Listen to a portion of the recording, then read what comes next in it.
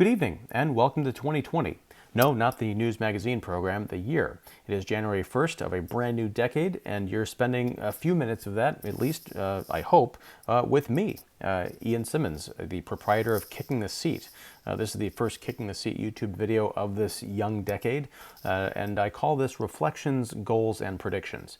I want to look back on where Kicking the Seat has come from in the last year, set out a couple of goals, put them out nice and public-like so you can hold me accountable, dear viewer, and maybe make a prediction or two about the cinematic landscape in 2020 and possibly beyond. So first off, in 2019, I produced 113 episodes of the Kicking the Seat podcast. Now, if you are brand new to this YouTube channel, or this is the first time you're seeing me, you may not be aware that this actually sprung from a podcast called Kicking the Seat, which you can find on iTunes and Stitcher and at kickseat.com. That website has been around for about 10 years. The podcast has been around for I think 7 or 8 years, but it started off as strictly written reviews, then moved to audio podcasts, and now we're still doing the audio podcast, but also there's this lovely video component courtesy of YouTube. So please check it out. There's a long backlog of content for you to enjoy, hopefully enjoy. As you may know, this is the subtitle for the site is Movie Reviews from the Last Guy No One Asks. And if you've read any of my work, listened to the podcast, or certainly watched the video I did earlier this week on my defense of the movie Cats, you'll understand that that title is very hard-earned. Anyway, we had a lot of great interviews last year, talked to the likes of Richard Dreyfuss and Jim Gaffigan, Amy Seimetz, Tim Blake Nelson, Adam Carolla. There were just an ungodly amount of great people that sat down to talk to me, some for long periods of time, some for just 10 minutes or so, and I appreciate all of their time and all of the film work that they've done. Even though I might not have enjoyed every movie that they were associated with, it was still great to get to interview them about their careers and just talk shop, essentially. Also, in addition to that, I would say the bulk of the Kicking the Seat podcast is actually film critic roundtables, or at least one-on-one conversations with film critics. And last year, as you can tell by the sheer number of podcasts that we put out, there was no shortage of movie topics to jaw about. And I'd like to take a moment to thank some of my esteemed colleagues from Chicago and elsewhere, such as David Fowlie of Keeping It Real, Emmanuel Noisette of EMan's Movie Reviews, Pat the Uber Critic McDonald of HollywoodChicago.com, Don Shanahan of Every Movie Has a Lesson, Mike Crowley of You'll Probably Agree, and of course my millennial correspondent Cole Rush of The Quill to Live. And the latest addition to the Kicking the Seat family is Shijiwa Kenyake, who is a filmmaker based in New York, who introduced me to the world of slow cinema through his film Werewolf Ninja Philosopher. And he's working on a brand new film called Slow Romance, and on the latest mini-series called The Slowdown. Each month we look at a different example of slow cinema, and we also talk about where his film project, like where it's at, and when it's going to get filmed and when people will be able to see it and all that good stuff. So it's a monthly film discussion and a little bit of film school thrown in. So it's a lot of fun. If you are unfamiliar with what slow cinema is, you can check out the Slowdown playlist on this YouTube channel, which contains the number of conversations we've had going back to, I believe, August is when we started. And we've got another one coming up in a couple of weeks, so definitely check that out. What else? Oh, by the way, I'll have links to the websites of all the people that I mentioned in the description, so definitely give them some love. Some of them have been at it for a lot longer than I have, and they're all great, talented film critics. Film critics get a lot of, there's a kind of a bad name for us out there right now, particularly with Rotten Tomatoes shenanigans and, the whole idea of, film critics hate what everybody loves and vice versa. But with the people who have been kind enough to grace the Kicking the Seat podcast and the YouTube show, I think one thing that they have all in common, that you'll find in a lot of film critics if you look past just the the headlines and the star ratings and the thumbs up or thumbs down, they're all very passionate people who can speak well about film, beyond the I liked it, I hated it. They really dig into why films work and why they don't, and how personal an art form this is to them. And I hope that I am able to share a bit of that as well. So yeah, some great folks. And also they're going to be returning in 2020 along with some new voices that are just sure to be just as enjoyable and enlightening. So please stay tuned. I want to say that 2019 was a phenomenal year for movies, so much so that every year I put out everyone's got a best of list. I tend to do a top of list, and whatever the year number it happens to be, that's the number of movies that I select to be in that top list. Not the 2000 part, but certainly, in 2018 I had the top 18 films of the year. For 2019, it'll be the top 19 films of the year. That list will actually be coming out on Friday. And if you look real close at the banner for this YouTube video, you can see a small teaser for some of the movies that I've selected. I want to say that yeah, it was hard to narrow down just to 19, which is a problem that I've not had in years past.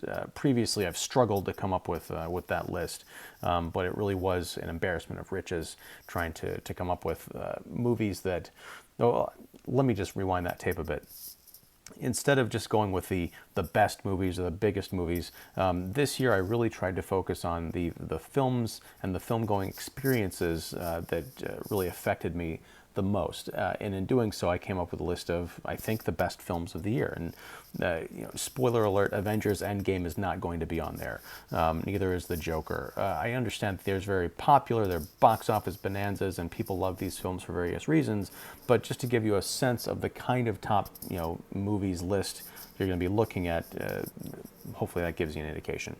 All right, so I want to move on now to goals. This time last year, I think I had predicted that I was going to have some kind of a YouTube presence. And back in June, on the 30th, which is incidentally my birthday, I also gave birth to this YouTube channel. And it's been a kind of a slow start, but a really fun one. I'm uploading videos more regularly now. I'm trying to figure out the format and trying to get the audio right and Skyping with people and all that good stuff.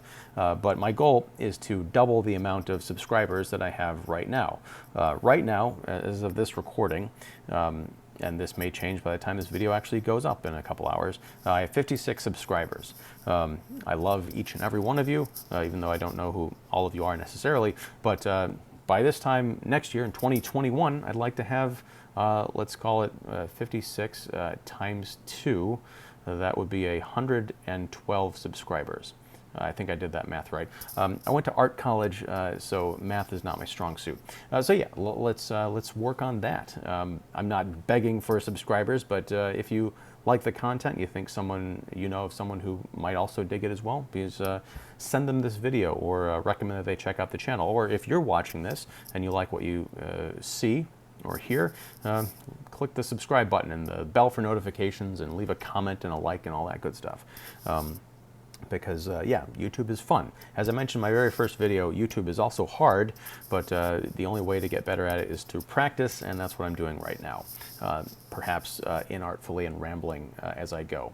So what else? I want to say that, well, I guess see, this is the part where I'm getting into trouble with the YouTube because I'm getting all rambly. I have notes in front of me. Perhaps you can tell that I'm occasionally looking down at them. I don't know. But yeah, I don't know exactly how people pull this off. I'm not slick with the editing or all that. I just tend to turn on the camera and let things go. So yeah, we're just going to move on. Oh, I was going to say, the 2019 Best of list will come out on Friday, along with a brand new episode of the Kicking the Seat podcast. Typically, as with having 113 episodes for a year, that's multiple shows per week. Since Christmas, there hasn't been a new episode up, and a lot of that has been due to vacation and family obligations and all that good stuff. But there will be a new episode late Friday. What the movie is, I'm not going to spoil that for you, but I will say that there will be a brand new critical guest on the show talking about it with me, so stay tuned for that. It'll be very exciting. Let's see. I also want to mention in the world of YouTube, I had my very first thumbs down on a video this week. Actually, it was 2 thumbs down on my video defending cats, as I mentioned at the top of this show. So yeah, that was to be expected, I guess, but it was also a delightful surprise. And I'm happy to note that right now the like to dislike ratio is uneven in favor of likes. There's actually 5 thumbs up on that video and 2 thumbs down. So give that a shot. If you've seen Cats, I invite you to weigh in on that thumbs up, thumbs down thing. Tell me if I'm completely crazy or not. But it was a fun video to make. It was a fun movie to watch, and unironically so, which gives you an idea of where I'm coming from there. And probably also just in general. I'm the kind of guy who can watch a movie like Cats and not run screaming from the theater. Okay, so predictions. 2020, there's a lot of movies coming out, of course. I think 2019 was the year of the big tent poles and sequels. Some worked very well and some did not. We had, for every Avengers Endgame, we seem to have like 3 Terminator Dark Fates and Charlie's Angels. So I don't know if that trend's going to continue in 2020. But I do know, and this will be my one prediction, that A Quiet Place 2 is coming out in March. This is a film I wasn't even aware existed until I got a notification from YouTube this morning. The new trailer was out. I watched it, and I had the same thought as I did at the end of the first A Quiet Place, which is the sequel is completely unnecessary. That film was one of the most unique movie-going experiences I've ever had. A filmmaker or filmmakers managing to keep an audience in complete rapt attention and utter silence for 90 minutes or however long it was, that cannot be replicated, and it cannot be appreciated enough. Looks like they're going to try and go for it again with A Quiet Place 2, but based on the trailer, it's not going to be so quiet. There's some prequel business going on, like what happened before the monsters attacked. Spoiler alert if you haven't seen A Quiet Place. And there seems to be a lot more talking going on. I guess the mystery is who all is left of mankind and do they deserve to be alive? I'm not into that. A Quiet Place 2 may be as surprising and original and daring as the first film, but based solely on the trailer, I can say that I am not interested. It's not to say that I won't see it. Of course I'll see it and I'll report back my interest or my lack thereof. But yeah, that is not the best trailer to start a brand new year off with. Now, if you liked A Quiet Place 2's trailer and you think I'm completely wrong, I apologize if I've offended your sensibilities, but yeah, it doesn't look like it belongs in the same universe as the first movie, except for there's monsters and Emily Blunt is in it. So yeah, I'm totally open to being wrong. I'm going to go in with an open mind and an open heart. But yeah, just my initial reaction is, yikes. So yeah, and I realize that if you've watched that Cats video, I did kind of decry this whole mentality of film critics who judge a movie based on its trailer and carry that kind of prejudice into the theater with them when they watch it. That's not what I'm doing here. What I'm saying is my initial reaction to A Quiet Place 2's trailer is no. But again, I am, as with Cats, willing to go in and be persuaded by what I see and hear on screen. So yeah, actually that's going to be my only prediction for 2020, because if you had told me at the beginning of 2019 how the year was going to go, I probably wouldn't have believed you, and I also would not have been able to fathom all the crazy, wonderful, and weird things that happened in that last year. So let's just put this in the time capsule and come back a year from now and see if anything happened beyond A Quiet Place 2. With that, I'm going to wrap this up. This may be a self-indulgent and not very information-filled video, and for that I apologize, but not really, because I'm still making it and publishing it. But I will say that I do appreciate everyone who has listened to the Kicking the Seat podcast, anyone who's read a review in the last 10 years, anyone who in the last 6 months has clicked on a video and listened to it even just for a couple of minutes. For those who have listened all the way through, thank you very much. And I'm amazed by your stamina. Anyway, I'm going to leave it there, aside from asking you once again to like, subscribe, comment, all that good stuff. Let me know what your thoughts on 2020 are, your predictions, your hopes, your dreams, your fears. What are your thoughts on A Quiet Place 2's trailer? What would you like to see from the Kicking the Seat YouTube channel or the podcast? Do you have ideas for guests or miniseries? We've got a bunch of new ideas for shows coming up, some of which, hell, all of which I think would be very cool and a lot of fun, dealing with anniversaries and film series that happen to have 12 installments so they can cover one a month.